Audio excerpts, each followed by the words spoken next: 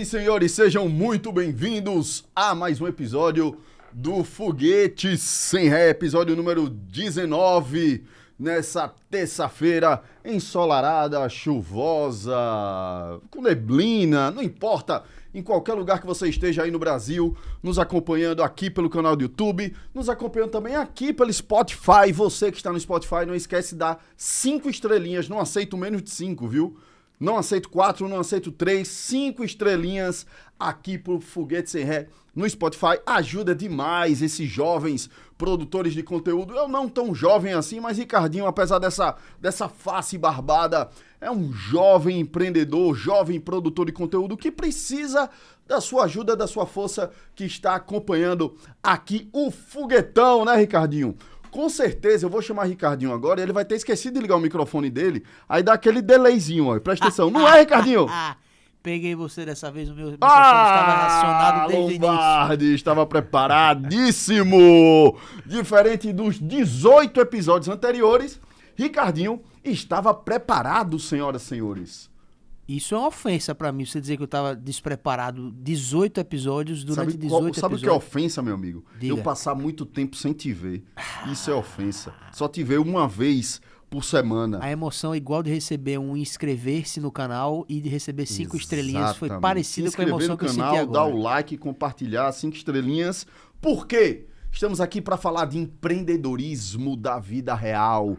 Estamos aqui para contar histórias de grandes empreendedores, de grandes líderes, de grandes gestores, sempre com um quê, confesso a vocês, um quê trazendo muito da indústria de inovação, de tecnologia, de startups. E hoje, meus amigos e minhas amigas, é um episódio especialíssimo. Eu estava até pensando, Ricardinho, porque todo episódio é bastante especial, é muito especial. Mas quando eu conheci esse cara, que veio que a gente colocou em prática a ideia do Foguete Sem Ré, eu fiz, porra, eu preciso gravar um podcast com esse bicho. Além de ser um grande líder, um grande gestor, um grande executivo, cara, ele é ultramaratonista. E quando ele me contou isso, eu fiz, sabe aquele lance que você olha assim pro cara, porra, eu quero ser esse bicho quando eu crescer. Foi assim que eu conheci o convidado de hoje, né? Eu me achando aqui, né? Porra, tal, magrinho, pá, tal, corredor, pá, maratonista, ó, clima, meu irmão, o cara é ultra maratonista, não sei quantas maratonas na Califórnia, na Europa, em Londres, sei lá, meu amigo, mandala do Best World Marathon. Meu amigo, eu vou correr, né, as corridas de rua daqui. E aí eu tô aqui, pô, num pace bacana, ouvindo meu pagode e tal, pá. E quando ele passa, quando eu tô indo, meu amigo, ele Aí quando eu vejo pódio, e terceiro, e segundo, eu falei, cacete, mas foi de coração. Luciano Klima, foi esse sentimento que eu tive. Cara, tenho certeza que se esse bicho aceitar o meu convite, primeiro, vai ser um conteúdo riquíssimo, tenho certeza disso. E, pô, a corrida, né, transforma as pessoas, né? Cereja do bolo. Muito bem-vindo, Luciano Klima. Obrigado, muito obrigado mesmo pelo seu tempo, pela sua agenda, pela sua disponibilidade, pela leveza e pelo acesso, né? Pô, obrigado, Klima. Eu que agradeço, Bruno e Ricardinho, pelo convite, né? É sempre um prazer conhecer pessoas que têm esse espírito empreendedor, essa motivação, esse brilho nos olhos, né? Isso faz com que a gente se motive ainda mais a buscar superar os desafios, né? Então, eu fico muito feliz pelo convite e será um prazer estar aqui hoje dividindo um pouquinho aqui do que a gente já viveu. Pô, bacana. Ó, vou só passar um bem rápido assim, ó. O Klima passou quase 11 anos na Ambev, foi da Oi, foi da Pearson, hoje é CEO do Grupo Tiradentes, acredito que um dos maiores grupos de educação do Brasil, né? Tenho certeza aqui do Nordeste, Norte e Nordeste, vai me corrigindo aí se eu for passando algum dado equivocado, né? E hoje a gente tá aqui para falar de educação, né? Principalmente do futuro da educação, né? Desculpe a ousadia para quem está nos assistindo, nos acompanhando, mas a gente tá aqui para bater um papo, né? De dois empreendedores envolvidos com a educação, que trabalham com a educação, que acreditam que é a educação que muda o mundo e vai melhorar o mundo que a gente vive, né? Eu acredito que a educação é empreendedorismo, é um lema que eu carrego demais, assim, para minha vida. Estamos aqui para falar do futuro da educação, né? E aí, Clima, queria ter uma reflexão em muita coisa que eu li, principalmente depois ali 2020, né?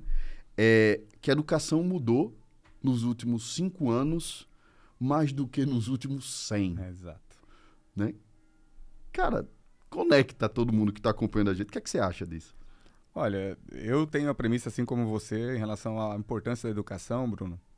A educação mudou minha vida, né? Você comentou rapidamente aí, você me permite fazer só um parêntese, mas eu sou natural de Rondonópolis, no Mato Grosso, morei muito tempo da minha vida em Dom Aquino, uma cidadezinha muito pequena do interior, 10 mil habitantes, não tinha quase nada lá, né? E hoje, poxa, além de estar aqui hoje, já passei por 16 outras cidades, já trabalhei em outras empresas, me sinto realizado e muito orgulhoso pela carreira que construí. Sou um aprendiz, né? Acredito que a gente pode aprender sempre, né? Hoje aqui, com certeza, vou aprender com vocês também, né?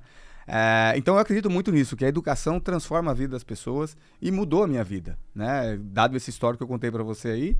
E hoje, você também, você como empreendedor, se não fosse educação, você não estaria onde está, né? Ricardinho, com toda essa tecnologia aqui também, não conseguiria fazer se não fosse educação, se fosse a formação, pessoas ajudando nesse processo como um todo. E a gente vê ao longo dos anos, né, muita mudança, muita transformação. E o que você comentou realmente é algo muito disruptivo, né? A gente vinha com um modus operandi, eu diria, já há um certo tempo, né? Algumas pouquíssimas inovações, eu diria, né? Mas sempre aquele contexto do professor-aluno, né? E isso tá mudando de uma forma muito radical. A começar em função da pandemia, que a gente teve que mudar até a forma de ensinar, né? E a gente teve que aprender a lidar por meio de uma tela, né? E isso foi algo transformador também, porque o professor, o mediador ali, teve que se preparar para isso. Como engajar, como motivar, né? E ainda mais nesse cenário atual que a gente vive, ao qual as competências técnicas, o que é chamado de hard skills, elas continuam sendo importantes. Mas cada vez mais, né, a parte comportamental, o como lidar com as pessoas, como você trabalhar o que eles chamam de soft skills, tem sido um grande diferencial, né? E por isso que eu acredito que a educação vai continuar transformando muito para atender essa nova necessidade, né? A gente já vê os nossos filhos já nascendo imersos no mundo de muita informação, de muita tecnologia. Nativos, né? Já são nativos, exatamente. Então isso faz... Nós não somos nativos. Nós não somos, exatamente. Isso faz com que o acesso à informação também tem que ter alguém ou um processo de como direcionar, como canalizar isso. Porque a gente tem uma capacidade finita, né? A gente tem uma capacidade infinita, né? Então, a gente também tem que saber priorizar. E eu acredito que isso vai fazer com que a gente possa, nesse novo momento, estar preparado para essas necessidades que o mercado tem, né? E a própria sociedade, de maneira geral, né? Então, eu acredito muito que já mudou muito e vai mudar muito, né? É porque muito disso que a gente vai falar hoje, que a gente está falando, que você falou, é algo que são temas que a gente conversa muito lá dentro do Explica aí, né? Porque até então, né, o professor estava naquela posição hierárquica, Exato, né? Aquela posição hierárquica, quer queira, quer não, ali em cima do pedestal, né? Detentor de todo o conhecimento. Detentor de todo o conhecimento, né? Que aqueles jovens chegavam na sala de aula, né? Vazios de conhecimento, digamos assim, né? Tô sendo bem radical, mas vazios de conhecimento, esperando naquela expectativa de absorver o conhecimento daquele ser. Exato. Né? E aí, e obviamente que nada acontece de uma hora para outra, né? Mas em determinado momento, o professor teve que mudar seu papel. Exato. Dentro dessa jornada, né? Não podia mais ser aquele aluno, chega às 7 horas, sai meio-dia, toca o sinal, ele tem que sair para tomar um banho de sol e volta, né? Recebendo conhecimento só naquele momento. Hoje, como você falou, o conhecimento está disponível. Ou seja, qual é o papel do professor? Exato. O papel do professor, acredito eu, que seja muito mais mentorar, né? Estimular o debate, estimular a conexão entre aqueles indivíduos quanto sociedade e pequeno grupo social, né? Para que aquele compartilhamento de conhecimento seja mútuo e não simplesmente ele, né? Seja jogado. Seja jogado e absorve quem absorver. Exatamente. Né? E nesse contexto de mediação, né? O professor precisa estar preparado, né? Porque, perceba... E virar a chave, né? Exato. E perceba, vamos voltar um pouco, né? Até como não mudou só a educação, então mudou outras coisas. Sim. Vamos pensar na globalização. Sim. Né? O impacto dela na educação. Né? As pessoas tiveram muito mais acesso, viajaram a outros países, conheceram outras culturas. Né? Eu costumo até brincar, um exemplo que eu sempre falo para quando a gente está fazendo algum treinamento, alguma coisa, eu falo, olha, imagina um professor que antigamente tinha uma classe com 30 alunos e naquele contexto, aqueles alunos dificilmente faziam uma viagem internacional. Na nossa época, eram pouquíssimos. Sim, né? é verdade. Então, vamos imaginar que o professor ia falar sobre revolução, para não falar de matemática, eu sou matemático, vamos falar de história. O professor ia falar de Revolução Francesa. Naquela época, aquele professor, ele era o detentor de todo o conhecimento e, teoricamente, o que ele transmitia para aqueles 30 alunos era muito ele falando sem muita volta. Né? Exatamente. Era unilateral. Exato. A partir do momento de globalização, né, ao qual você tem mais acesso às coisas, não só a informação, mas acesso também a deslocamento, a uma série de outras... Acesso, de fato. Acesso. Nesse contexto, ele pode ter... O mesmo professor pode estar hoje numa sala com 30 alunos, mas metade da turma já foi na França. Já foi lá e já ouviu a pessoa contando a história da Revolução Francesa. Né? Então perceba como a forma como esse professor tem que mediar esse conhecimento é diferente. Né? Porque ele tem que tentar extrair dessas pessoas que já têm uma vivência, porque nós somos fruto das vivências e experiências que a gente tem. Né? O Bruno é quem é porque ele viveu, ele recebeu feedback, ele viu exemplo, né? Ele errou para aprender. Então, é a mesma coisa de um aluno. Então, nesse contexto, o professor passa a ter essa possibilidade de tornar o processo de aprendizagem muito mais efetivo, né? E eu diria, muito mais rico. Porque se você vai ter pessoas que já viveram alguma coisa e você pode socializar e compartilhar isso com os demais, vai ser uma experiência única para todo mundo. Porque a partir do momento que o Bruno começa a me contar uma coisa que ele viveu, eu passo a entender melhor. Porque eu vou começar a ter empatia pelo que o Bruno fez, né? E isso faz com que a gente tenha essa troca e a gente aprende com isso. Quer ver uma das coisas que foi interessante da pandemia no mundo educacional? Eu falo isso em algumas palestras. Antigamente a gente tinha aquele questionamento de, às vezes, o presencial, o EAD, o híbrido... Né? Acabou um, acabou outro. Exato.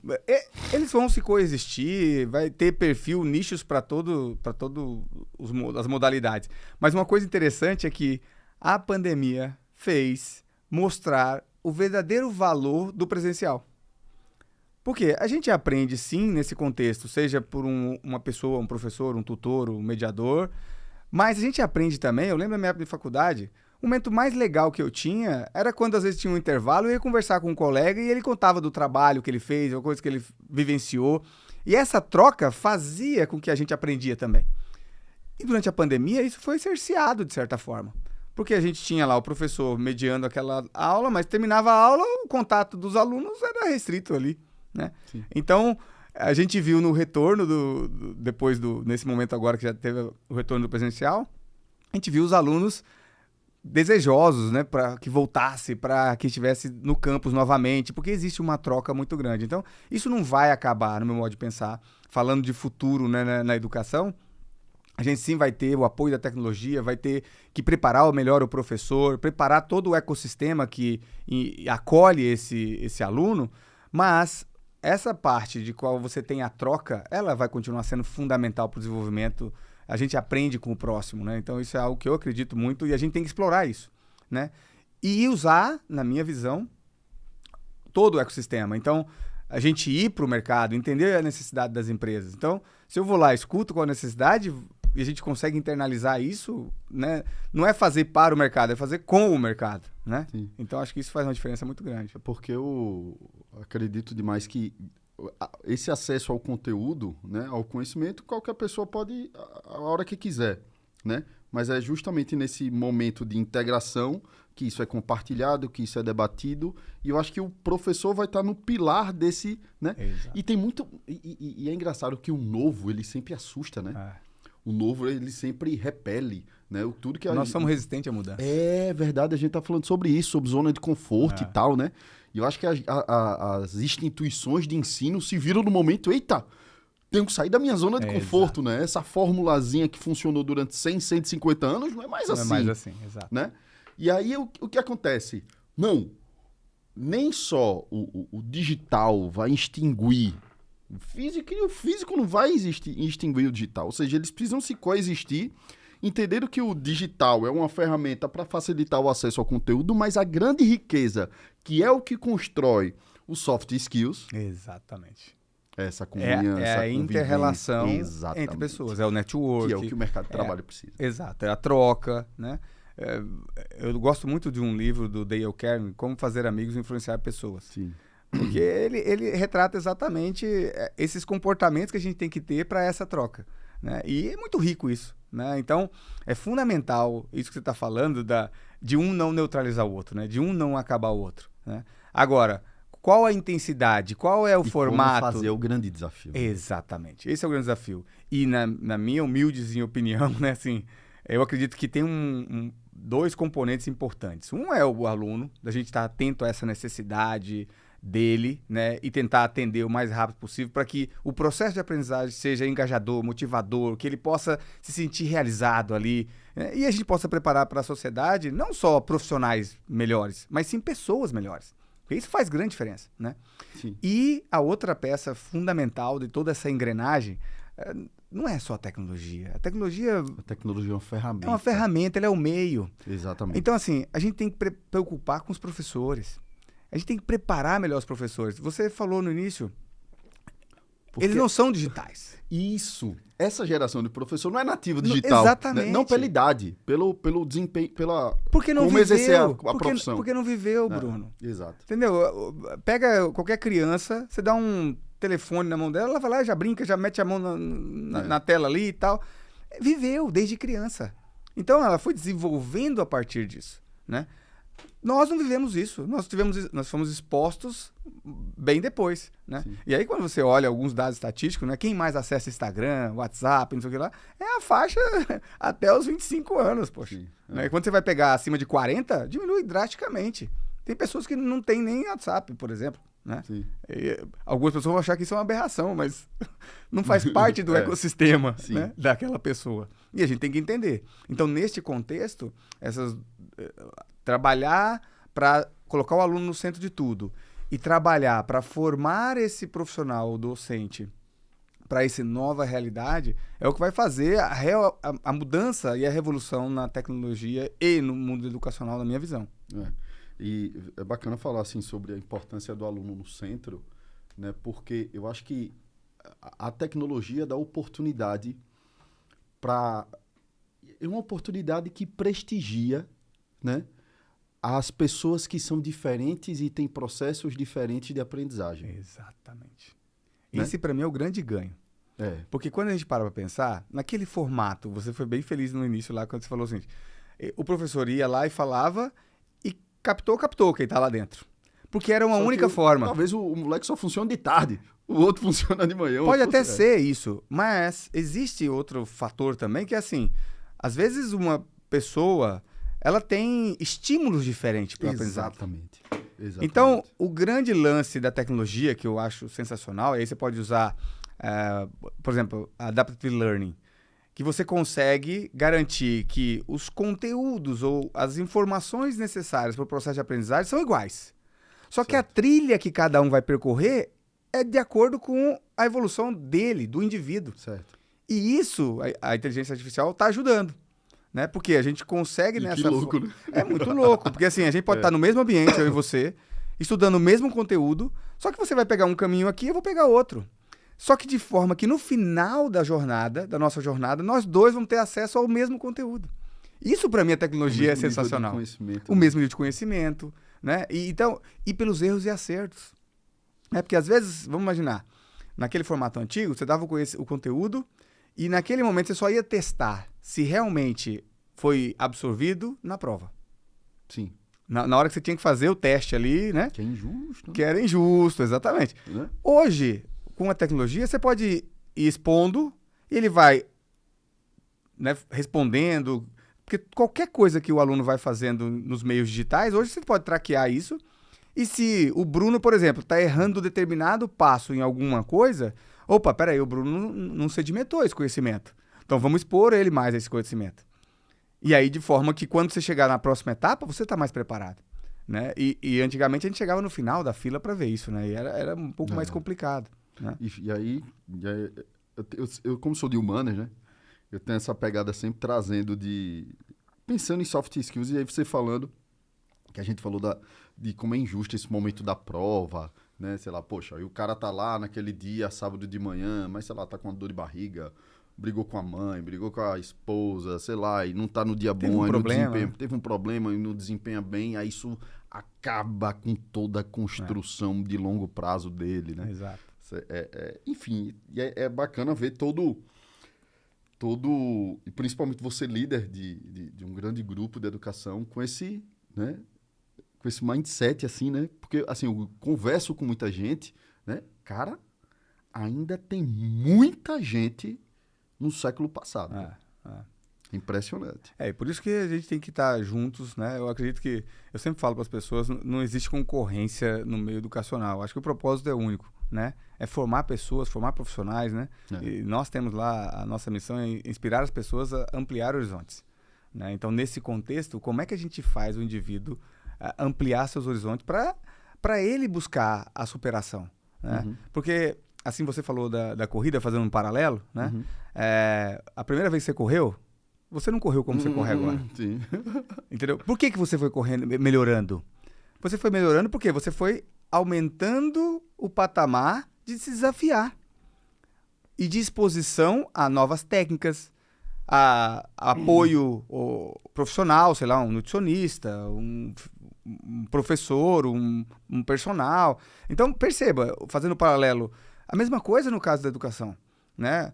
Como é que a gente consegue ir dando os estímulos para os alunos por meio da tecnologia, por meio de modalidades, metodologias, para que esse aluno possa ir superando de pouquinho em pouquinho as suas adversidades, os seus desafios. Esse, para mim, é o grande, diria assim, desafio que a gente tem. E aí, nesse contexto, eu acredito muito que a gente ter, sim, soluções tecnológicas que possam auxiliar o professor é fundamental. Porque imagina, como eu dei o exemplo, o professor tinha só na hora da prova. Hoje, com a tecnologia e o aluno tendo exposição a isso, imagina o professor receber um dashboard com a informação da turma, falando o seguinte, olha, daquele conteúdo que você comentou na semana passada, e não necessariamente foi uma exposição oral, pode ter sido um trabalho de grupo, pode ter sido uma sala invertida, pode ter sido uma série de outras formas de ensinar, mas aquele conteúdo que você passou, veja bem aqui quais são... Qual o percentual de assertividade, de erro, qual é o conteúdo dessa parte que está mais sedimentada, qual não está. O professor vai poder, antes de ir para a próxima etapa, poxa, vai lá, faz uma revisão, busca uma outra forma. Então, perceba, existe uma possibilidade da tecnologia, por meio de fatos e dados, gerar conhecimento para aquele professor, para ele se preparar melhor, né? Fazendo paralelo com a corrida de novo. Se ele tem condição de ter essas métricas, ele se prepara melhor. O professor.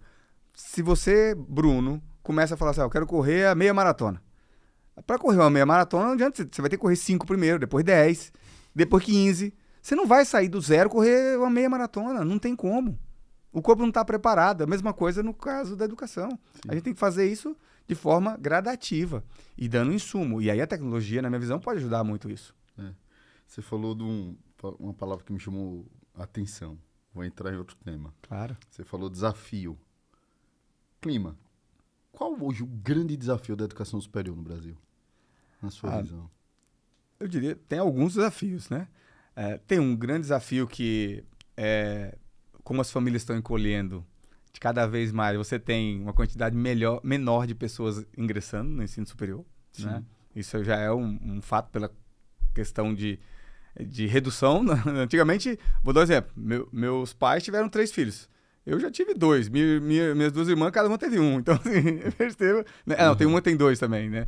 Então, assim, mais uma teve 1. Então, perceba, a média familiar está diminuindo. Então, cada vez mais, esse já é um desafio, né? Olhando pelo aspecto... Tamanho do mercado. Tamanho de mercado, exatamente. Esse é um desafio importante a ser falado. Outro desafio, acredito, é a questão da regulação, né? Se a gente para pensar, tem muita coisa que a gente quer, às vezes, fazer e não pode fazer porque tem que cumprir, né? Certos... Meu amigo, isso aí dá outro podcast. Dá outro podcast. Isso dá outro podcast. Né? E eu não estou aqui falando mal. Eu acho que a gente tem que enfrentar o problema. Sim. Né? Tem que enfrentar o problema porque a inovação, as coisas disruptivas só aconteceram quando alguém parou, pensou e fez coisas fora do que estava sendo feito naturalmente. Né? Uhum. Senão não sairiam inovações. Né? Esse é um outro grande desafio na minha visão. Um outro grande desafio é como é que a gente consegue tirar o déficit, né, do ensino e do aprendizado, dos ensinos... Da educação básica. E das séries iniciais. A gente faz, no Grupo Tiradentes, a gente tem lá um processo de gestão da aprendizagem, ao qual todo aluno que chega, ele faz uma avaliação, a gente mede... Independente do curso. Independente do curso. E a gente mede ele de tempos em tempos para ver o progresso desse aluno. Ou seja, a gente traqueia mesmo para entender, né? Então a gente vê que o aluno chega despreparado, né? E isso acaba comprometendo o processo de formação dele também, porque fica tardio, né? Porque às vezes você vai falar de alguma coisa, algum conteúdo lá na frente que vai ser importante para a carreira dele. Mas se ele não está sedimentado com conhecimento base, ele vai ter dificuldade lá na frente. Deixa eu ver se eu entendi esse ponto. Cada vez mais as pessoas estão chegando menos preparadas no ensino superior, né, com uma deficiência de aprendizagem da educação básica, chega no ensino superior que já tem que ter acesso a um determinado tipo de conteúdo, não consegue acompanhar, e isso acaba gerando mau desempenho daquele aluno, sei lá, que acaba perdendo matéria, perdendo semestre, não sei o que, tal, acaba sendo desestimulado e isso acaba gerando uma evasão. Esse é um grande... Exatamente. Hoje nós temos lá... O nível de evasão é grande, né? Então você pensa bem... Isso tem acontecido no Brasil todo. No né? Brasil inteiro. Então, perceba, esse é um desafio do ensino superior, mas que não é só do ensino superior.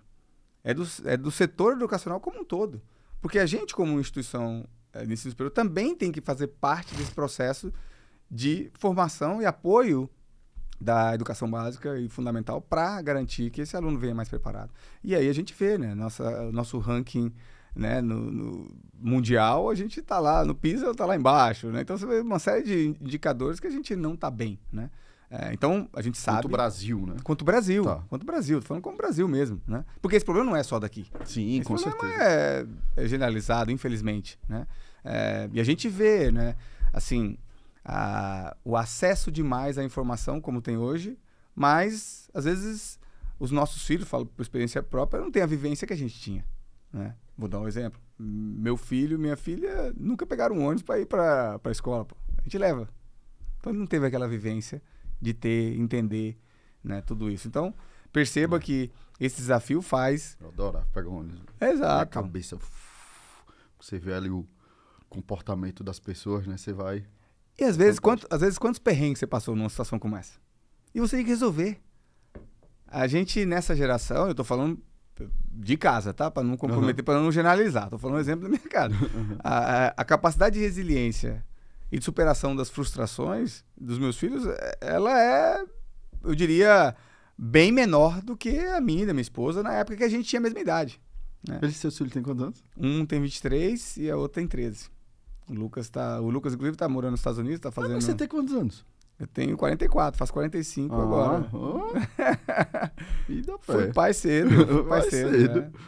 Eu costumo dizer que, nas minhas palestras também, que eu vou falar da minha família, eu falo que a minha esposa é a mulher mais inteligente do mundo. Porque ela, aos 13 anos, ela escolheu começar a namorar comigo. Eu tinha 17, ela tinha 13. E aos 20 anos, quando eu me casei, eu tinha 20, ela tinha 17. Né? Então, é o nosso sonho também, ser pais jovens. Tá, mas foi mal. Foi um parênteses. Foi mal te cortar. Foi mal colocar esse parêntese. Aí a gente tá falando sobre capacidade de resiliência, etc, do ônibus, dos filhos, capacidade de resiliência. Mas tinha um lance importante que a gente tá falando, né? Não, sobre o evasão. O que mais? Exato, então, é dos desafios, né? Ah, sim, então, claro. dos desafios que a gente tem hoje no ensino superior. Esse é um desafio. E o outro desafio, que eu já tinha comentado lá atrás, outros dois na minha visão, é como é que a gente se adapta à necessidade desse novo aluno, dado que ele já nasceu nativo digital, né? Então, a gente tem que entender... Com uma regulamentação férrea por trás. Exatamente, esse é um grande desafio. E a outra foi a que eu já comentei lá também no início, que é a questão do docente, né? O docente é sim uma peça fundamental nesse processo. Sim. Então, como a gente prepara, né? Nós temos, por exemplo, lá no Grupo Tiradentes, a gente faz diversos processos durante todo o ano de capacitação do nosso docente, né? Então, a gente tem, no início do ano, já largamos com a jornada pedagógica, então é uma semana de imersão, né? Vou dar um exemplo, na época da pandemia, nós conseguimos virar do presencial para o modelo síncrono em 13 dias, pô. Em 13 dias a gente voltou a operar normalmente. Velho. Então a gente fez uma série de oficinas para capacitar. Você tinha quanto tempo de Unity? Eu tinha 2 meses e meio. Tá. Mentira, velho. Eu vou dizer, eu falo para os meus amigos, cara, assim, porque você 2 meses e meio você pegou uma bucha dessa. Foi um desafio grande, né? Mas eu costumo dizer, né, assim, como eu não sou nativo digital, eu gosto do pegar, do tocar. Sim. Então, a minha liderança, ela sobressai quando eu tô perto das pessoas, né? E eu brinco o seguinte, tem gente que gosta de gato, cachorro, cavalo. Eu já tive cachorro também. Eu gosto de gente. Eu gosto de gente. Eu gosto de estar perto das pessoas, eu gosto de estar ali, convivendo, contando, perguntando o que ela tá pensando. Eu chego pros meus colaboradores, eles já sabem, as 2 perguntas que eu faço. Como é que você tá? Tá bem? Tá bem. E como é que tá a família? Né? Aquilo ali já gera conexão de uma série de coisas que, poxa, e às vezes é só um ouvir, né? Um ouvir ali da pessoa, dar aquela atenção e você pega tanta coisa legal. Então, nesse contexto, foi um grande desafio, né? Ter que mudar esse mindset de tudo presencial pro síncrono naquele momento, e a gente virou em 13 dias. E aí, voltando ao ponto do desafio, o professor, só conseguimos fazer isso porque a gente conseguiu ter o engajamento e o envolvimento dos professores. Naquela circunstância, você imagina, todo mundo em casa, porque não podia reunir todo mundo para treinar. O próprio treinamento das oficinas foi online, pô. Entende? Então, foi um grande desafio. Quantos alunos? Grandes. No grupo nessa todo. Época? Na época nós tínhamos em torno de 30 mil alunos. Né? Então, imagina, meu amigo, uma escola que tinha 800 alunos, se bateu, imagina, 30 mil alunos. Pois é. Então, assim, mas perceba, eu estou falando disso para voltar no ponto do desafio do ensino superior, que é de preparar melhor esse docente, para que ele possa atender essa necessidade do aluno. Eu acho que isso são os pontos principais aí dos grandes desafios que eu vejo do ensino superior. Eu vou te fazer uma pergunta. Claro. Mas é uma pergunta pedindo para você me ensinar, certo? Se eu souber, será um prazer. Tá bem. Conversinha, blá, blá, blá, Ricardinho, pra cima de mim. Olha aí, Ricardinho. Clima, seguinte, vamos lá. Muito se fala sobre as profissões do futuro, certo? Que daqui a 10 anos, muitas das profissões hoje, né, serão irrelevantes no futuro, ok? Ok. Certo? Isso é o primeiro ponto. Eu queria entender como uma instituição que forma profissionalmente as pessoas, os cidadãos, como ela pensa nisso? O que ela enxerga disso? Como ela se adapta? Por quê? Assim, eu vendo de fora, né? Obviamente que eu tenho uma gestão e uma liderança na educação básica, mediada por tecnologia, não sei esse dia a dia profundamente, o dia a dia que você faz parte. Porque o que eu enxergo é o seguinte, e até pegando um trechinho da sua fala, toda essa regulamentação, pelo que eu sei, até onde eu sei, por isso que eu tô pedindo sua ajuda para completar isso aqui. Toda essa regulamentação é muito lenta, né? Tipo essas liberações, etc, a burocracia, e vai para lá, e não sei o quê, ministérios, e etc, etc. E aí, poxa, você vê que cada vez mais existem uma mudança completa na sociedade, né? Profissões do futuro, o que é que vai acontecer e tal. Como uma instituição desse tamanho, e ainda tem uma cereja do bolo aí, né? Porque o que acontece? Hoje, Tem diversos cursos técnicos, profissionalizantes. Profissionalizante é parece meio retrô, né? Meio vintage. Mas no final das contas, o que acontece hoje é, cara, o moleque sai do colégio, ele vai fazer um curso nesses diversos cursos online, sei lá, ele vai fazer um curso de linguagem Python, digamos, né? Ele vai fazer um curso de PHP, né? Ele vai fazer um curso de MySQL, enfim. Exato. Ele já começa a trabalhar ganhando 3 mil mês. Exato. Como júnior, né? Por que esse moleque vai para o ensino superior? Né? E aí imagina esse bolo todo de desafio. Aí, meu amigo, aí eu acho que é um grande desafio. Eu tô falando besteira. Exato, Complementando o que você está falando, Bruno, não dá para fazer mais pensando só na regulação ou pensando só na instituição. Tem que fazer junto com o mercado. Não é para o mercado, é com o mercado. Então, a gente tem que entender, isso é a minha opinião, tá? Qual é a necessidade do mercado? Envolver esses diferentes stakeholders para que a gente possa juntos construir esse caminho. Porque não vai acabar os empregos. Sim. Sempre vai continuar tendo, né? Agora, como eu faço para preparar para esse novo desafio? Você falou uma coisa muito interessante. Eu, particularmente, acredito que isso já é uma tendência lá fora e a gente vai ter que enfrentar isso aqui no Brasil. O modelo de, entramos, ficamos lá X anos na universidade, recebemos diploma, aquele roteirozinho pré-pronto da vida, todo mundo... Isso até vai continuar existindo, porque, vamos pensar bem, por que tem essa necessidade? Para você realmente chancelar, para a pessoa falar que ela viveu aquilo, que ela teve exposição àquele conhecimento, àquele conteúdo e tal. Só que vai ser diferente no meu modo de pensar.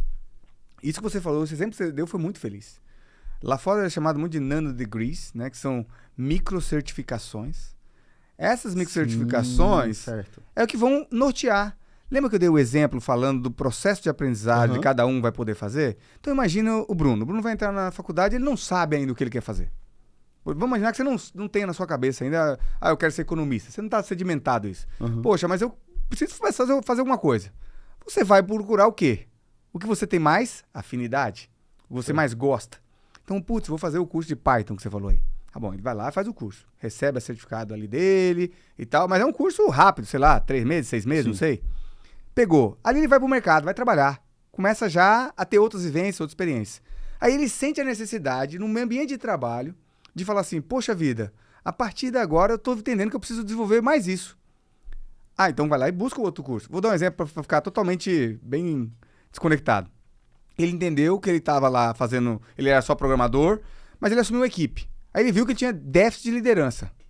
Então, poxa, ele vai fazer um curso agora para lidar com gente. Então ele vai lá, vai buscar, quem tem um curso aqui de gestão de pessoas e tal, ele vai lá e faz o curso de gestão de pessoas. Aí lá na frente vai surgindo outra necessidade no trabalho, ele vai entendendo também que ele pode desenvolver, e ele vai fazendo, de forma que vai chegar um momento que ele fala assim, agora eu preciso realmente ter uma chancela aqui de que quem é o Bruno profissional?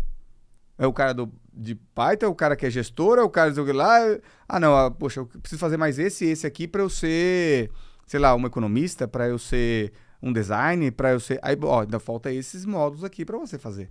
E aí você vai lá e faz aqueles módulos. E aí naquele momento você recebe, vamos dizer assim, não diria nem diploma, mas recebe o conhecimento necessário para atingir o objetivo que você quer. Porque no fundo, eu vou dizer para você quantas vezes eu usei meu diploma. Pouquíssimas vezes na minha vida.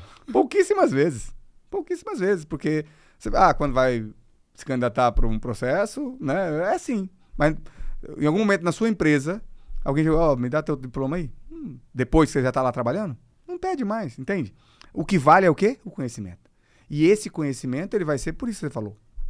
Por entender a necessidade, eu vou atrás da necessidade, faço um curso, e ali eu tenho sim um conhecimento, e vou fazendo, de forma a buscar lá no final ter a minha qualificação.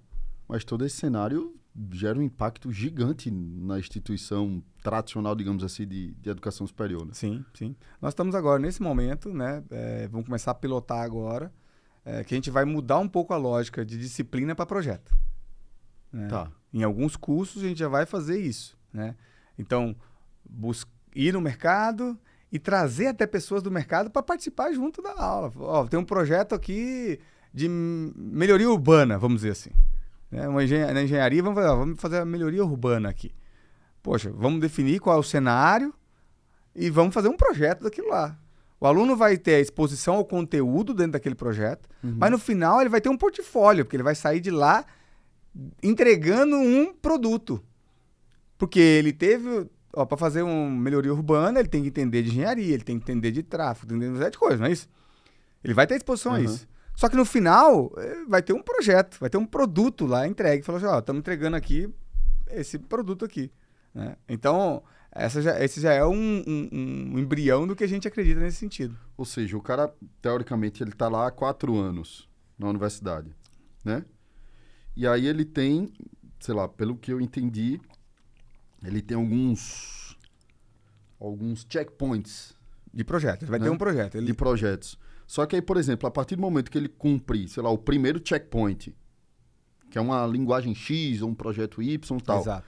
ele já pode acessar o mercado chancelado com aquele portfólio para que ele tenha acesso, para ele já possa começar a construir essa carreira dele, não necessariamente esperar os 4 anos. Não, ele já faz isso hoje, né? Hoje ele já faz. Aquele negócio, aquele estágio, não sei o quê, barará. Não, sim, não, mas ele, o que eu tô dizendo é o seguinte, hoje, se ele já está dentro da universidade, geralmente ele às vezes já está trabalhando, né? O aluno já poderia estar trabalhando. Sim. Ele vai continuar tendo isso. Mas o grande, eu diria assim, o pulo do gato nesse caso, tá, virada. vai ser a virada. Boa, obrigado. Ficou bem melhor do que o pulo do gato, né? Mas a grande virada vai ser o quê? Que antes você recebia uma série de disciplinas sem colocar em prática. Então, o que a gente está tentando buscar agora é o seguinte, não, vamos pegar aqui um projeto, esse projeto é o quê? É alguma necessidade, pode ser até construído um cenário, mas vai ser um problema. Esse projeto vai estar linkado em um problema. E aí, os conteúdos vão estar inseridos.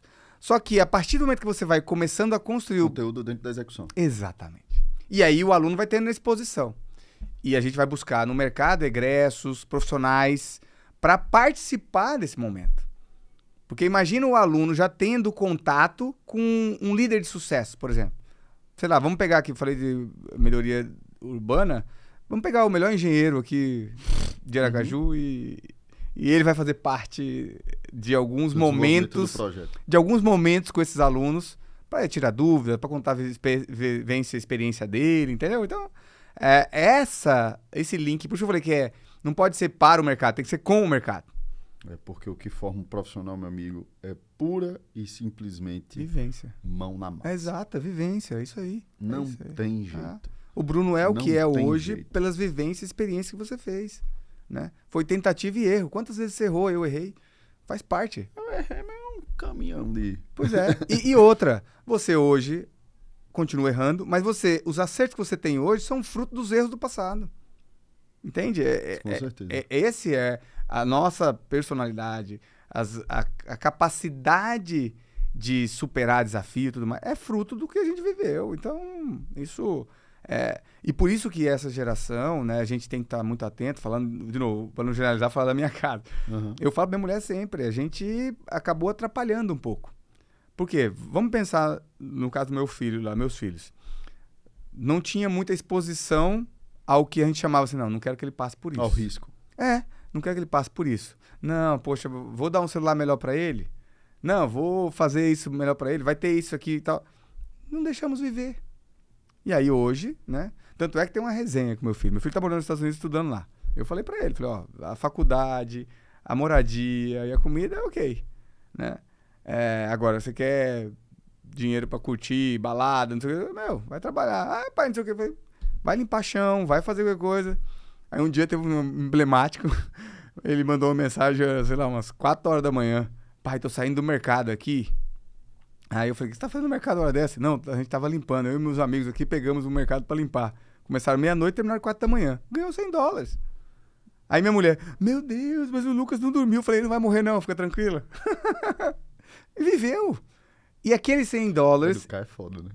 Exato. E aqueles $100 vai ser muito bem gasto. Outra experiência bacana agora. Assim, como eu acredito muito na educação, toda coisa que ele me pede educação, eu viabilizo. Porque eu acho que isso vai formar ele melhor. E aí teve uma coisa que ele já começou várias coisas e não dava sequência. Então, eu fico um pouco chateado, né? Porque eu não consegui passar isso pra ele, pra mostrar, né? Mas esse dia ele me ligou e falou, pai, eu queria fazer um curso assim, assim, assado. Pô, que legal, Lucas. Bacana e tal. Show de bola. Aí ele, pai, mas eu queria... O curso é aí do Brasil e o meu cartão não dá pra passar. Eu falei, não, beleza, o pai paga pra você aqui. Não, pai, mas eu vou te pagar. Vamos converter aqui, eu vou depositar na sua conta o valor... Porque eu quero ter o dever, porque eu gastei meu dinheiro para fazer esse curso. Falei, excelente, pode pagar. Entendeu? Então, isso já é uma construção, né? De mudar um pouco o mindset de que tem valor, né? Um outro exemplo bem interessante. Quando eu tinha 8 para 9 anos, eu cheguei pro meu pai e falei assim, pai, eu quero ganhar um Atari, um Champion troca-pulseira e uma BMX Pantera. Não sei se você lembra disso. Você lembra disso? Do Atari só. Você lembra disso aí, Ricardinho? Rapaz, você teve Champion? Ah, e meu pai, eu virei pra ele, meu pai perguntou, meu pai teve só até a 4ª série. Meu pai virou pra mim e falou assim, meu filho, pra que você quer isso? Eu falei, pai, todo mundo na escola tem, só eu que não tenho.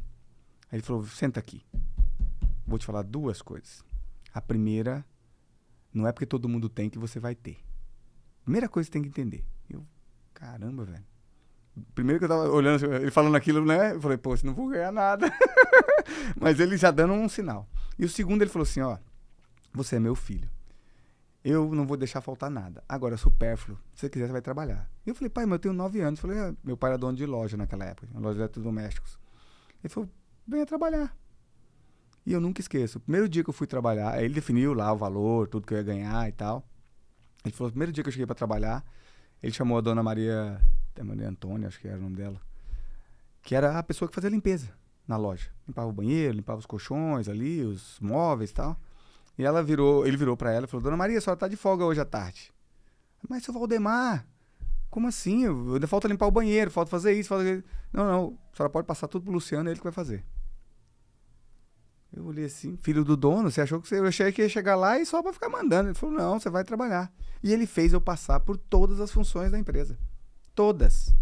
Eu primeiro limpei, cuidei da limpeza, depois fui auxiliar de montador, depois fui fazer entrega dos móveis, do colchão. Depois virei office boy. Depois lá na frente que eu fui ser vendedor na loja. Então, perceba, essa vivência que ajudou a formar, né, o profissional, a pessoa. Porque eu sei dar valor, né? Não é porque a pessoa está fazendo um trabalho que às vezes é operacional que ela é melhor ou pior que você. Ela está fazendo um papel importante, né? E a gente tem que entender isso, né? Não só como profissional, mas como ser humano. Né? Porque se às vezes não limpar lá, imagina aqui, nós estamos num ambiente massa, né? Eu até tirei foto, viu, aqui. Eu mandei pra minha esposa até. Poxa, sensacional. Aí imagina se o Ricardinho, né, não cuida da pessoa que cuida daqui. Não dá atenção, não... podia estar tudo emporcalhado, tudo sujo, e esse não é o papel. Porque às vezes, se ele for fazer a limpeza, ele não vai ter tempo para cuidar do que é mais importante. Então esse contexto que a gente tem que ter. De envolver e engajar. E isso que eu acredito que a gente tem que buscar na formação do indivíduo. Por isso que eu acredito muito que uma formação, uma educação de qualidade, a qual o aluno tem sim a imersão nas questões técnicas, mas também tem a exposição a trabalhar comportamentos que vão definir o seu perfil, o seu caráter, a sua real personalidade, é o que vai fazer a gente ter uma sociedade mais justa, mais fraterna, para construir um Brasil melhor. Né? A gente fala muito de que quer muito um país melhor, mais igualitário, mas começa por aí, coisas pequenas. Né? E isso faz a diferença. Fala, Bruno. Fala, Bruno, que eu tô sem palavra também. Foi muito profunda? Meu irmão, esse foguete sem ré é foda, velho. Ó, eu vou abrir a porteira aqui, meu amigo. Porra. Esse foguete sem ré é foda, Ricardinho. Mas não dá ré mesmo, não, foguete, né? Meu irmão, você não tem noção. Você não tem noção. Luciano Clima, meu amigo. O quanto que você me fez lembrar meu pai, velho. Aperta um pi aí no microfone aí, velho. O pessoal tá um xingamento aqui, velho. Meu irmão, que absurdo. Parabéns, velho. É. Meu pai é meu grande exemplo. Puta merda, velho. Se eu contar a história do meu pai aqui pra você... Daria outro podcast? Meu irmão, Daria outro podcast. Meu pai Cara, teve uma doença degenerativa. Por isso que eu não fiz engenharia. Meu grande sonho era ser engenheiro, né? Mas eu não fiz engenharia naquela circunstância que meu pai teve uma doença degenerativa chamada paraplegia espástica tropical. Aos 36 anos ele foi diagnosticado com essa doença. 36. 36 anos. E é uma doença que ataca o neurônio. Então é um vírus que ataca o neurônio. E o neurônio é a única célula do nosso corpo que não regenera. Então se você perdeu o neurônio, perdeu. E no caso de papai, atacou o sistema locomotor. Então meu pai foi definhando até 8 anos antes dele falecer, ele estava já na cadeira de roda. Mas ele era um exemplo. Meu pai, imagina você anda normal, pensar que não, você começa a arrastar a perna. Né? Você andar com bengala, com andador. E ele, até o último momento que ele conseguiu trabalhar, ele trabalhou. E tem um episódio muito marcante nessa experiência e na vivência com meu pai, que ele sempre foi a pessoa que tinha muito orgulho e admiração, porque ele era esse cara que eu falei pra você aqui, com quarta série, virar pra mim e falar assim, ó, 2 coisas, senta aqui e dá uma aula. Naquele momento ele deu uma aula de humildade, ele deu uma aula de liderança pra mim. Hoje eu entendo, naquela época eu não entendia, mas hoje eu entendo, quando eu lembro dessas coisas, né? E nessa circunstância, papai perdeu tudo, quando ele vendeu pra cuidar da doença, teve o plano Collor, perdeu... Puta merda. Foi sofrido. A gente ficava sem comer carne, cara. Eu passava semanas sem comer carne, né? E meu pai, para fazer o complemento da renda, porque meu pai trabalhava de empreendedor, passou a ser funcionário, né? Porque necessitava. E aí, para completar a renda do trabalho que ele fazia, ele resolveu vender tempero. Então ele comprava tempero em saco, em quilo, botava, já viu cartela? Você já viu aqueles lugares que você vai, mercearia, que tem as cartelas de tempero, tem os saquinhos lá fracionados? Então, meu pai fazia aquilo, né? Ele saía vendendo de porta em porta aquilo, né? Então aquilo pra mim, eu falava assim, e a gente ajudava a fazer. Que ele falava assim, não, vocês vão ajudar, porque isso aqui vai ser o sustento da gente. Então a gente ia lá, cortava as cartelas de camisa, caixa de camisa, aquilo lá virava cartela. Ó a criatividade. Empreendedor. Eu olhava aquilo e falava, caraca, que coisa massa, né? E aí, eu nunca esqueço, um dia, meu pai falou, já tava as 2 semanas a gente comendo ovo e arroz e feijão só. Meu pai virou e falou assim, ó, essa semana vamos comer carne.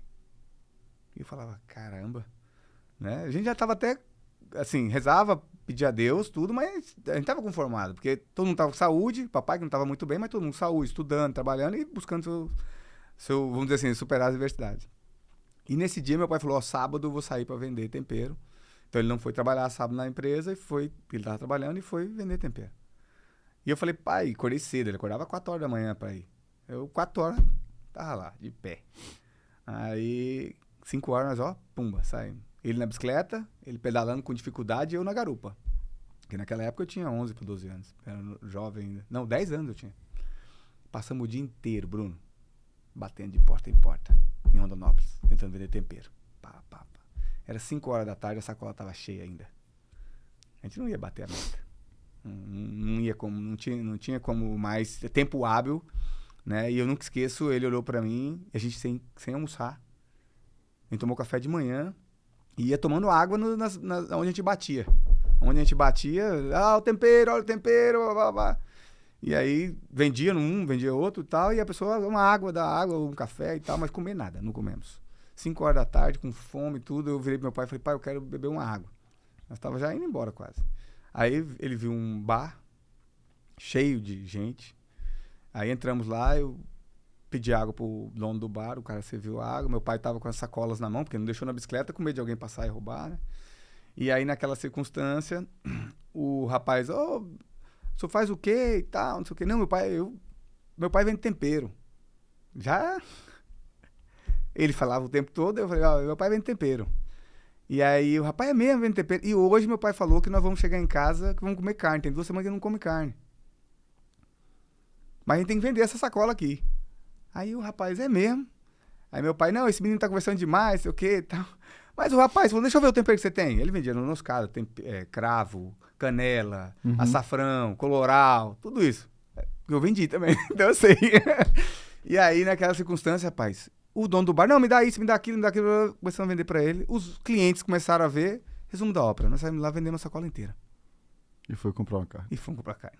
Comemos carne moída naquele dia. Até me emociona essa porra. Aquele dia comemos carne moída, né? Então, assim, isso era meu pai, né? Você falou aí do seu pai. Isso era meu pai. Um exemplo de líder, de homem. Morreu há 6 anos atrás. Deixou um buraco grande, né? Me ajudou muito na minha carreira. Me deu muito puxão de orelha.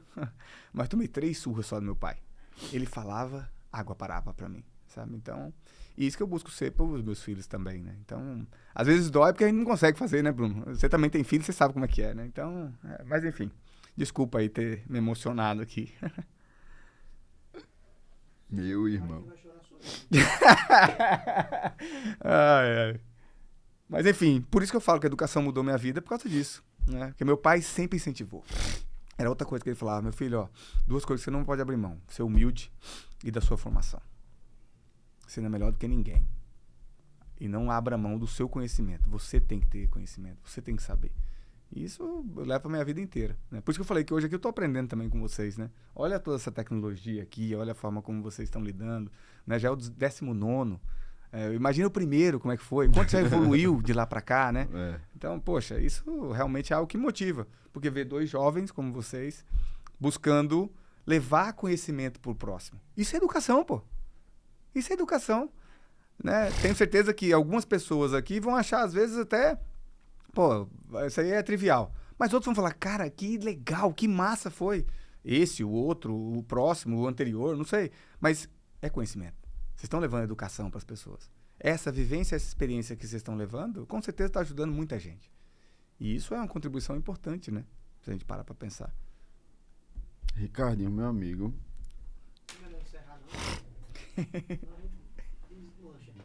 Meu irmão. Clima, eu vou te dizer um negócio Vamos assim. falar mais aí. Eu vou te falar um negócio assim do fundo do coração, velho. Eu acredito demais na energia. Sim. Na energia das coisas. Eu acredito Te liga, né? demais. Te liga. É assim. E é engraçado que eu nunca... antigamente eu meio que... Como eu posso dizer? Boicotava isso. Esse meu feeling. Sim. Né? E eu tenho um 6º sentido bem feminino, assim. Não tenho vergonha nenhuma de dizer isso. Cara, quando a gente... Soft skill. E quando a gente conversou naquele dia, fiz, porra, que cara massa, assim, não é bajulação não, velho. Tô falando de coração mesmo. E aí, foi por isso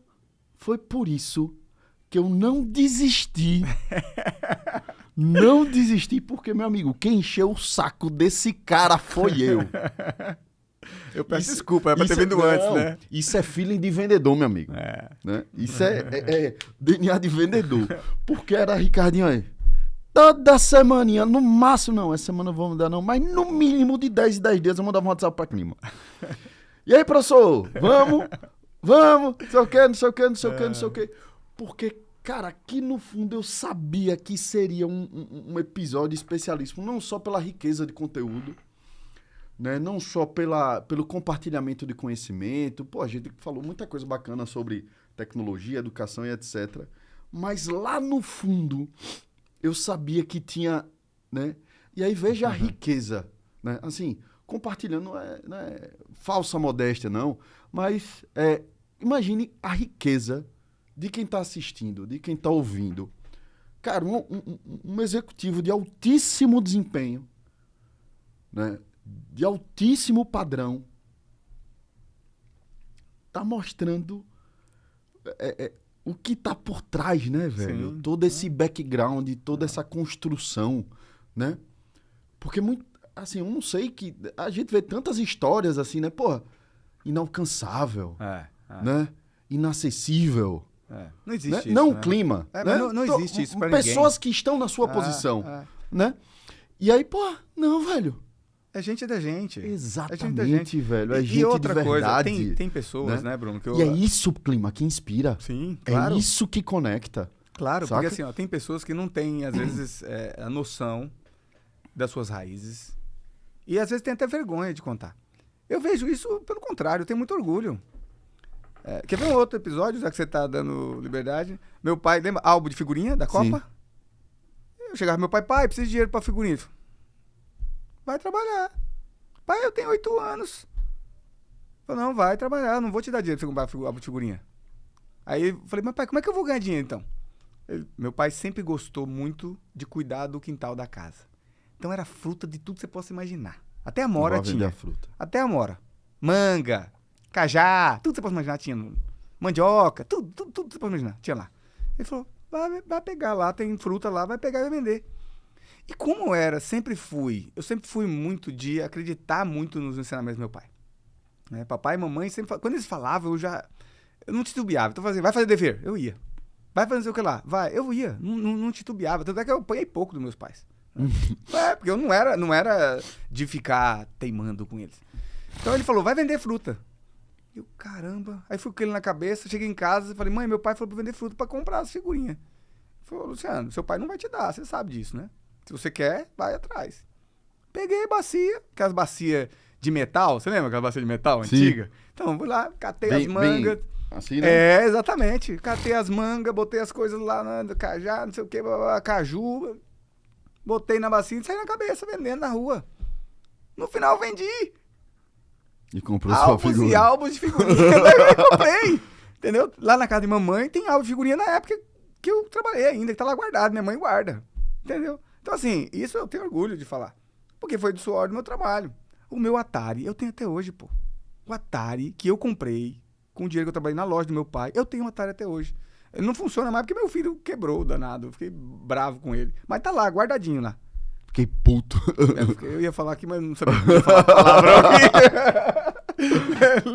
Eu não quis falar, mas eu fiquei puto mesmo. Porque, putz, você ia quebrar o Atari, né? Enduro, River High, tava tudo lá, filho. Mas tudo... Então, pô, que foda, velho. Que foda, ou seja... Isso é o que forma a gente, né? Então, por isso que às vezes eu falo com a minha esposa que a gente tem que, sim, tentar ajudar, contribuir para a formação dos meninos, mas a gente tem que deixar eles também... E no final das contas estamos falando sobre a educação. Exatamente. Não é só a educação do ensino superior, do fundamental, a educação está a todo momento. Exatamente. Esse momento aqui é uma educação. Como eu disse, vai ter gente aqui que vai extrair tanta coisa legal daqui, que a gente às vezes está falando e não sabe. Entende? Vai ter insight pra pessoa que a gente não tinha conectado. Só pra eu fazer minha última pergunta. Estamos conversando há 1h02. Caramba. Lembra que eu te falei? Passou rápido mesmo. Né? Só antes de fazer minha última pergunta, a lembrança forte que você me trouxe do meu pai. Eu comecei a empreender, eu tava no colégio ainda, né? Tinha 16, 17 anos. E aí, logo que eu entrei na faculdade, ali com 18, né? Aí no primeiro período eu montei meu primeiro negócio. Era uma agência digital para fazer site, para desenvolver site. Quantos anos você tinha? Tinha 18. Olha aí. E aí, logo quando eu entrei na faculdade, eu sabia bulhufa, eu não sabia nem programar. E aí eu chamei um cara, né? Eu fazia toda a parte comercial, batia a porta. E esse cara programava. E aí... só que se lembrar ali, 2003, era uma época que a internet banda larga tava chegando, o Velox estava chegando. Era de escada, né? Era de escada, Mirk ainda, não sei o que e tal. E aí, galera, tem uma galera aí que não vai saber o que é isso, bota aí o Mirk, os prints do Ninja, sei lá. E aí, não tinha, a galera não sabia o que era site. Eu descia de ônibus aqui no centro, né? E aí batia a porta, tudo pedindo pra galera... Tentando vender site pra galera, só teve uma loja que quis, né? Essa empresa quebrou, né? Deu um prejuízo de R$4.000. Meu pai fez, Bruno, a partir de hoje eu não te dou mais R$1. Ele não me deu R$1. Pra você dizer que não é mentira. Aliás, pra confirmar isso. Quando eu fui casar, meu pai, eu fiz, pai, quero casar. Você me ajuda? Ele fez, ajudo. Ajuda com quanto? Ajudo com R$20.000. Porra, massa. Beleza, pai. Então, beleza. Vou pedir a mão, viu? Beleza. Fui. Aí fui, marquei um jantar, pedi a mão, pedi a permissão, né, pro pai de Cris, não sei o que, tal. Aí meu pai me deu o dinheiro da aliança, né? Fui numa loja do centro, comprei a aliança, não sei o que e tal. E aí, quando foi pra ele me dar os R$20.000, sabe o que ele fez? Ele tinha um Astra velho, né? Fez. Tá aqui a chave. Se você conseguir vender, é seu. Meu irmão. Pense, brother. Aí lá vai Bruno agoniado pra arrumar o carro, não sei o que, o carro meio esbagaçado, não sei o que, negócio de pintura, não sei o que. Você conseguiu vender o carro, foi assim que... Velho, de novo, as coisas não acontecem... Acredito demais que as coisas não acontecem por acaso. Não é por acaso que a gente tá aqui trocando essa ideia, batendo esse papo. Nos emocionamos juntos, né? E é engraçado como esse foguete é choroso, né, Ricardinho? Porra, é impressionante, assim, velho. Não é por acaso. Meu irmão, punk, velho. Que legal, punk. que bom. E ver, assim, por trás essa história toda. Cara, muito obrigado por permitir eu estar acessando, assim, sua tamanha intimidade, Clima. Porra. E, cara, só queria fazer uma última pergunta, sei lá, velho. Fala alguma coisa de corrida. Né, Ricardinho? Velho, porque eu tinha preparado uma minha pergunta. Obviamente que eu já sei a resposta, né? Mas o que é que a corrida representa na sua vida em específico, né? E eu faço uma pergunta assim, por que executivos de altíssimo desempenho têm essa conexão tão grande com o esporte de alto desempenho? Esportes difíceis né? Sim. De desafio, de conquista, de superação e etc. Porque o que acontece assim, velho? Que mindset é esse? Assim? Eu acho que aí vou fazer um parênteses aqui, porque assim, como é que a corrida entrou na minha vida, né? Eu detestava corrida.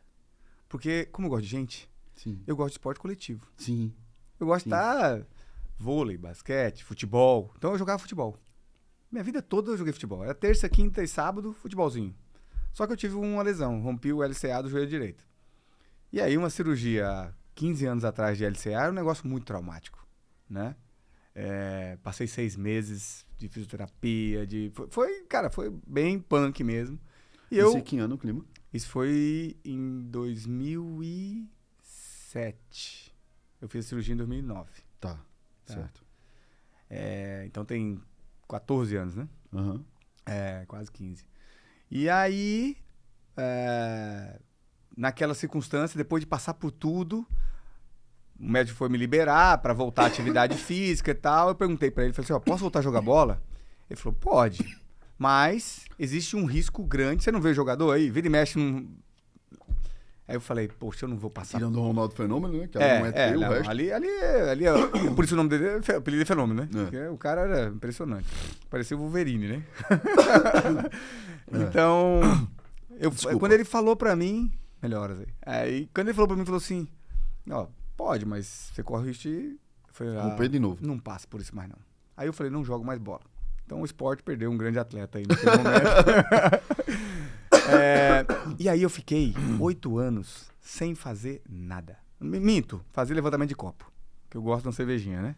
Hoje eu corro pra beber, bebo pra correr. Então fiquei só com isso. Aí engordei pra caramba. Tava pesando quase 84 quilos. 33% de gordura. Quase obeso mesmo, né? E tava de boa. Não tava sentindo nada assim. Aí começou a dar uma dor de cabeça, uma dor no peito. E com 37 anos. Um belo dia, desmaiei no trabalho. Fui parar, acordei no Einstein. Né? Aí, exame, nada. 2 semanas de novo, pumba, desmaiei de novo. Oxente. Aí, exame. 3 meses, fazendo tudo que você possa imaginar. Porque dava uma dor na cabeça e uma dor no peito. Então, do coração, só faltou abrir aqui pra ver se tinha alguma. O resto, ultrassom, tudo que você possa imaginar. Não descobriram? Não descobriu.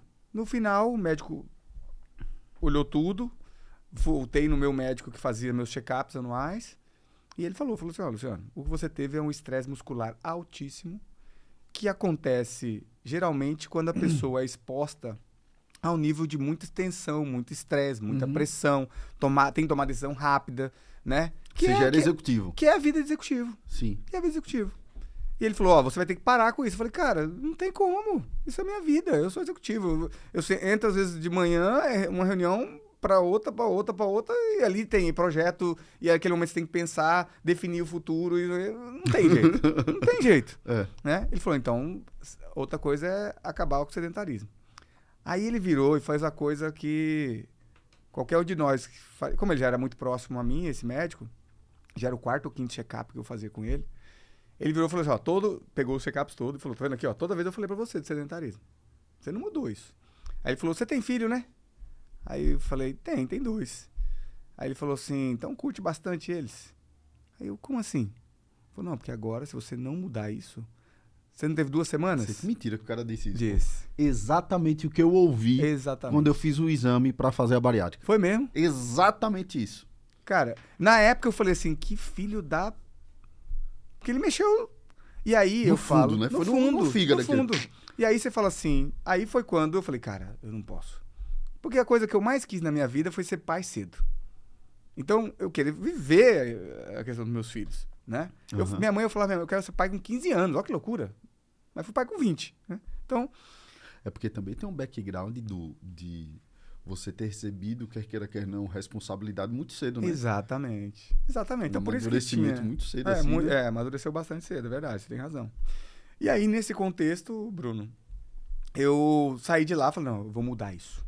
Mas não sabia nem o que fazer. Falei, jogar bola de novo, vou fazer academia. Não gosto de academia também. Faço hoje academia. Pra correr. Pra correr. É sério. Porque eu não gosto... Esporte individual não é comigo. Então, aí, quando é que surgiu a corrida? Eu tava comentando com a minha secretária, chama Luciana, inclusive, né? Uhum. E aí, tava falando, ó, Lu, poxa, e ela toda preocupada comigo, Luciano, tal, como é que você tá e tal, o clima, ó, teve isso, ele falou que eu preciso sair do sedentarismo, Lu. Ela falou, vai ter uma night run amanhã, aqui na Lagoa do Taquaral, lá em Campinas. Uhum. Eu falei, corrida? Lu, não gosto. Não, tem a equipe massa. Você sabia que nós temos um grupo da empresa aqui, que as pessoas tal. Eu falei, é mesmo? Não sabia disso? Eu converso com todo mundo, não sabia. Porque não era da corrida. Sim. Aí eu falei, não, então eu vou. Nem é que faz? lifestyle, né? Falei, como é que faz pra pagar? Ele falou, não, agora já é só na pipoca. Eu falei, o que é pipoca? Ele falou, não, você vai sem pagar. Só que o pessoal você não vai ter medalha, pode ser que o cara não te dá água. Eu falei, tá bom, vambora. Quanto é que é? Quantos quilômetros são? Ela falou 5. Eu falei, 5? Eu jogava bola. Não, foi os 5 quilômetros mais sofridos da minha vida. Fiz em 37, quase 38 minutos. E andava e corria, Eu fiz 45. Pois é, morto. Cheguei, tanto é que teve até uma resenha, porque eu tô já caminhando depois do 3º quilômetro, me passa uma pessoa bem mais fortinha, né? E o cara no pace dele ali, cara. Eu falei, putz, eu devo esse cara. Um dia que eu encontrar esse cara de novo, eu tenho que dar um abraço e um beijo nele. Porque ele bateu no meu ombro e falou assim, vamos, guerreiro. Falta pouco. E eu olhei e eu sou competitivo. Eu falei, caramba, eu vou perder pra esse rapaz nem a pau. E fui, ó. Faltando 1 quilômetro. Falei contigo. E aí, rapaz, faltando uns 200 metros pra dentro de chegada, eu consegui passar por ele. E quando eu passei, eu bati no ombro dele e falei, falta pouco. Passei a linha de chegada, eu capotei no chão. Fui levado pro carro pelos meus amigos, que eu não aguentei levantar. E aí, depois disso, eu falei, que eu tô muito mal. Aí comecei a correr 5, de novo, melhorando o tempo, 10, e botei na minha cabeça, quando eu entendi um pouco do mundo da corrida, que iria fazer uma maratona em 1 ano. E eu não tinha nem pesquisado, que a média das pessoas que começam a correr é de 2 anos a 3 para fazer uma maratona. Só que aí eu encontrei meu treinador, que é o Rafael Bonato, que é outro louco também, né? Falou, não, dá pra fazer. Você não vai fazer com tempasso, mas você vai fazer. Fui, me arrebentei todo. Os 42. Os 42. Fiz a primeira maratona, foi a Maratona de São Paulo, em 2016. Mas já tinha baixado a pança já. Já tinha perdido o peso, já tava, não tava com o peso de hoje, mas baixando já tinha... a lombar é foda. Eu já tava, fiz em 4 horas e 11, a primeira maratona. Mas cheguei todo arrebentado. Perdi as 2 unhas do pé, desenvolveu um trato tibial, um edema no trato tibial. Então, assim, foi confusão.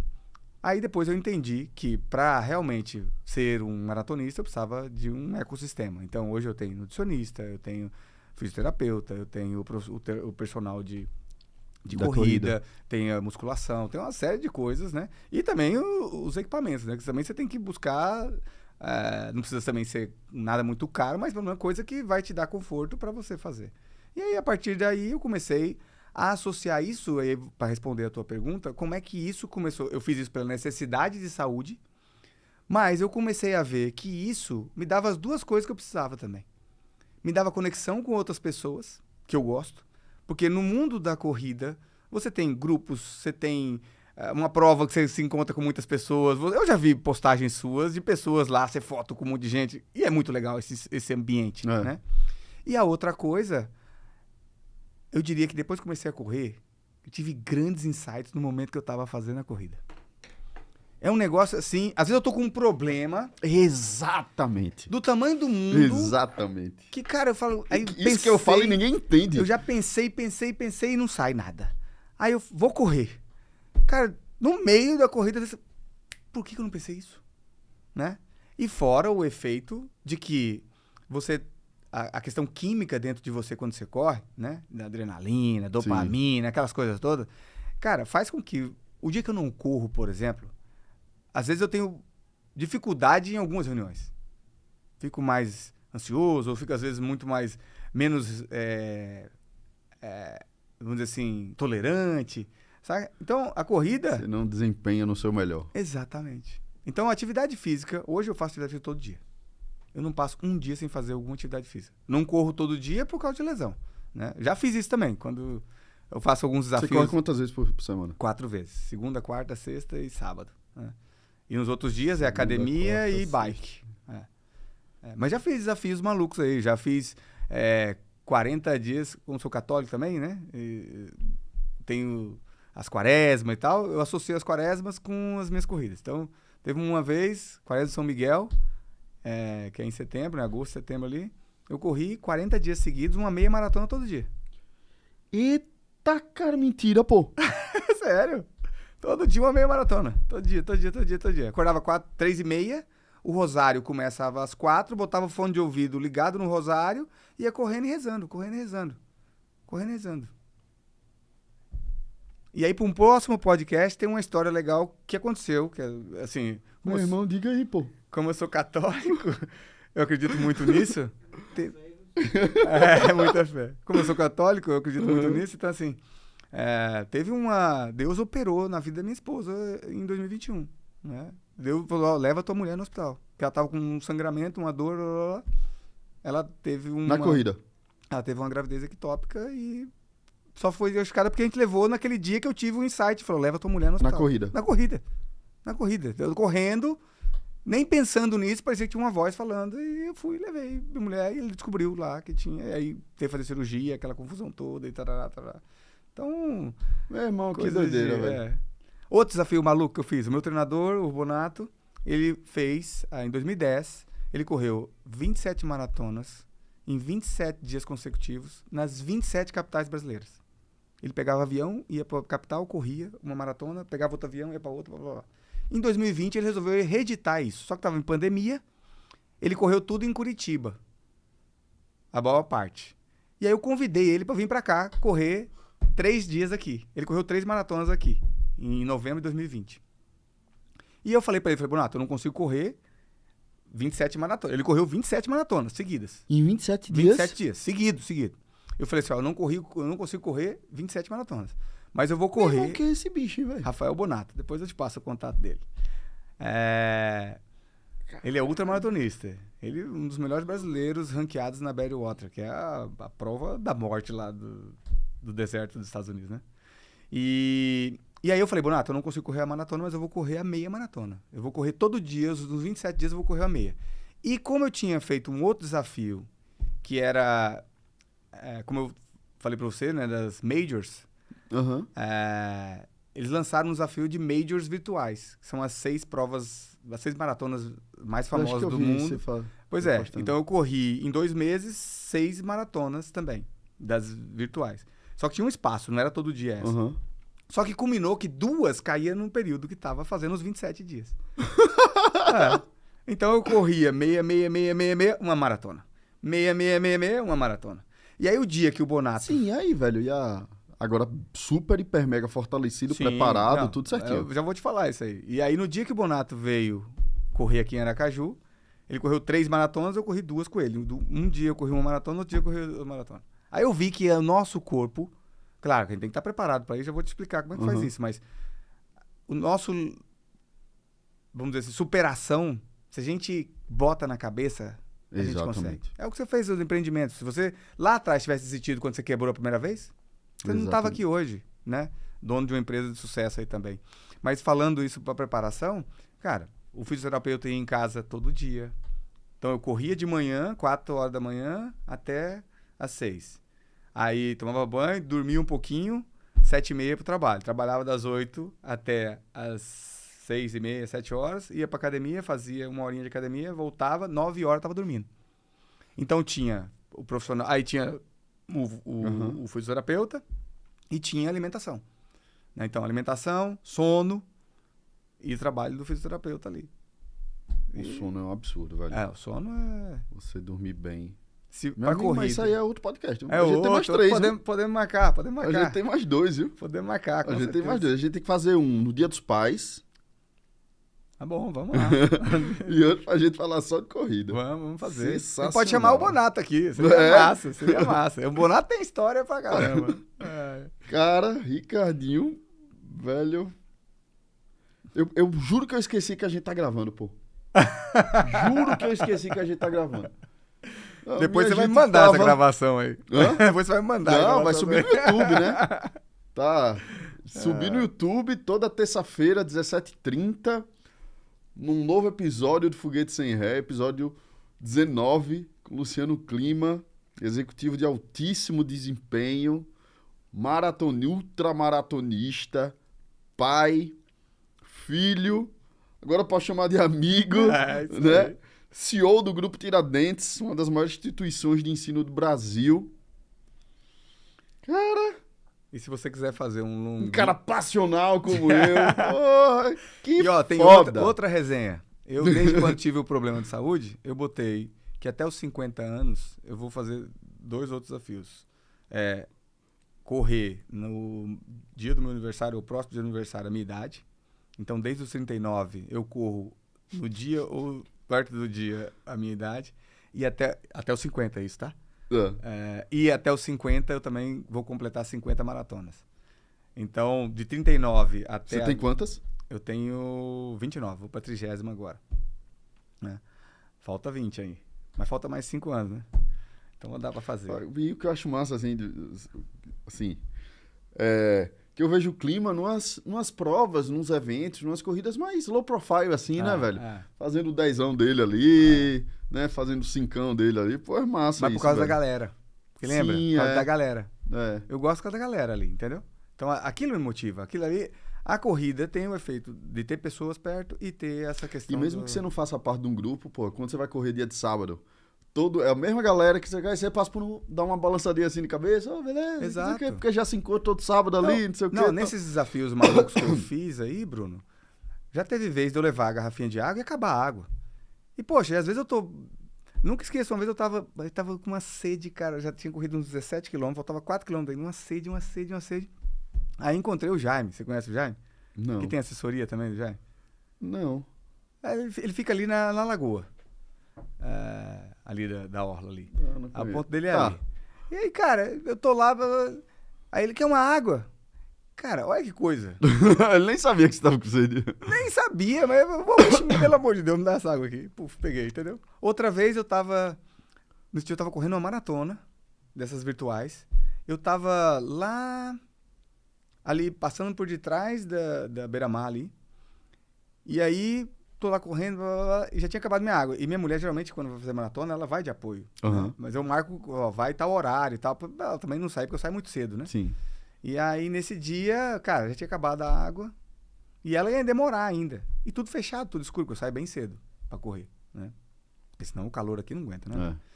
Nesse dia aí passa um dos treinadores eu faço lá no Diego Torres, né? O fortalecimento eu faço lá no estúdio dele. Aí passa um dos treinadores lá. Aí o cara parou, aí falou, você quer água? Eu falei, não é possível, velho. Olha que coisa maravilhosa. Inclusive, se você quiser, sabadão agora, tá convidado. O meu longão dos 45 vai ser sábado agora. Você vai fazer 45? 45. Eu tenho que fazer 16 só, pô. Então bora, pô. Cara, mas só pra fechar, tem uma história... Ricardinho, nem sei quanto tempo... Ricardinho, estamos em casa, viu, velho? Literalmente. Olha, 1h24, batendo recorde. Só pra fechar, cara, teve quando eu fui... A segunda vez que eu fui fazer a meia, eu machuquei o joelho. Né? Mas foi desgaste mesmo, cansaço, né? Aí machuquei o joelho. E aí, cara, eu cheguei me arrastando, que foi a meia de Sergipe, né? Que foi na Orla, enfim. Sim. Foi uma que passava por baixo do viaduto do dia. Ah, E aí essa prova foi bem legal. E aí eu senti o joelho. Cara, eu não faço parte de nenhum grupo, de nenhum clube, etc. Tal. Quando eu cheguei com o joelho machucado, né? Pô, pedindo ajuda pra um, pra outro e tal. Aí o pessoal do Livia Team, né? A Lívia é muito gente boa. Né? Poxa, eles viram velho, eu sei que eu acho que é o marido dela, um careca de barba. Aham. Meu irmão, o cara tirou meu tênis, tirou meu fone, segurou meu fone, me jogou dentro do tunelzão lá de gelo. De gelo. Legal. No túnel de gelo, meu irmão, o cara botou gelo, enrolou com papel filme, que não sei o que, tal. Porra, velho, e aí, beleza, deu certo, que não sei o que, pronto. Eu fui pra casa. Quando cheguei em casa, eles me perguntando direct, pô. Tinha mandado um direct perguntando como eu tava. Eu fiz, porra, que foda, velho. Esse é o espírito da corrida. Exato. E aí, né? trazendo pro mundo corporativo, isso acontece, né? Se você...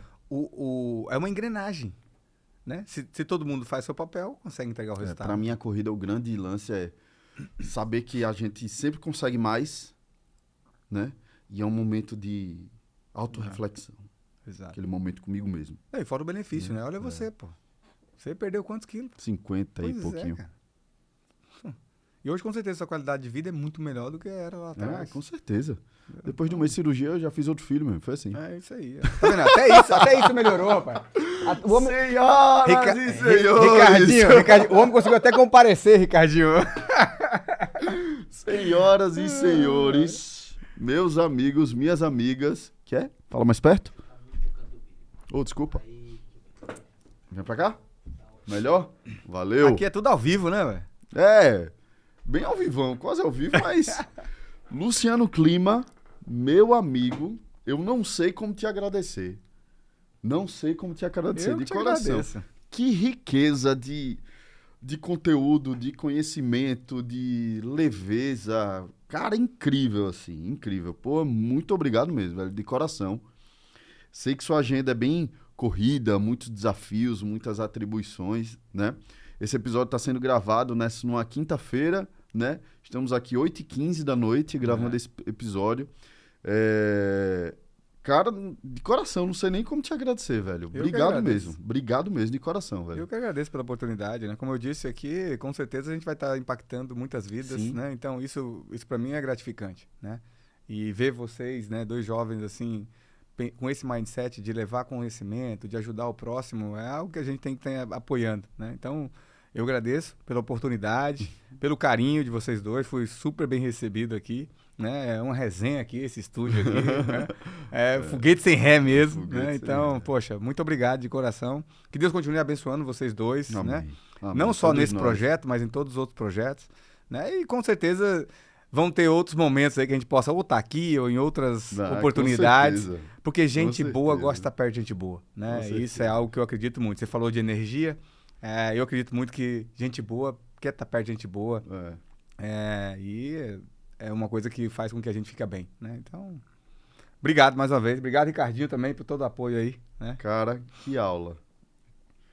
Ricardinho, meu amigo.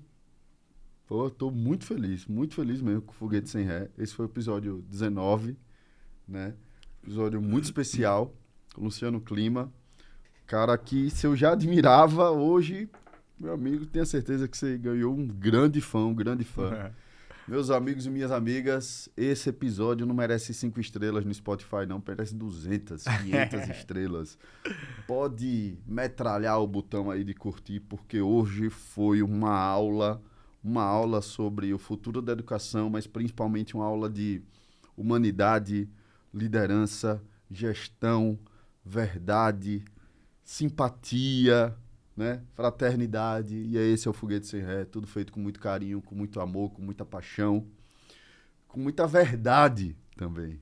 Obrigado você que nos acompanha, você que compartilha o Foguete Sem Ré. Sou Bruno Oliveira, toda terça-feira, 17h30, mais um episódio do seu Foguete Sem Ré. Valeu, obrigado, fui.